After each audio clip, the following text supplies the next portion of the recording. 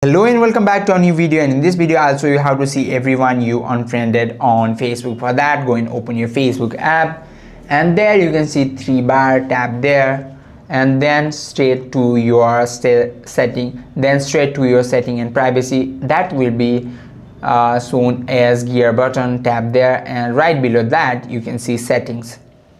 After opening your setting button and after opening your setting icon, scroll down and there you can see your activity, and just below that you can see activity log. Tap there and head to this connection that will be on the third list and go on your friends, and you can see four options and you can see four options. Tap on remove friends and there you can see the list of people I removed from my, and there you can see the list of people you unfriended on Facebook. I hope this video helped you out. If you have any questions or queries, just let us know in the comment section. Thank you for watching.